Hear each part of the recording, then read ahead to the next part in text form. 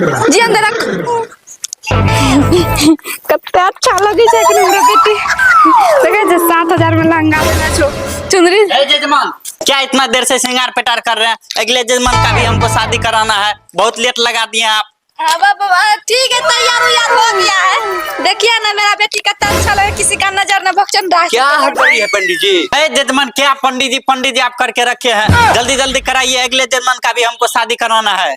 अरे दक्षिणा भरपूर देंगे, बार बार देंगे, लगातार देंगे, आप चिंता मत कीजिए। ठीक है दीजिएगा, अभी चलिए पहले शादी कराइए। चलिए चलो चल बेटी चल।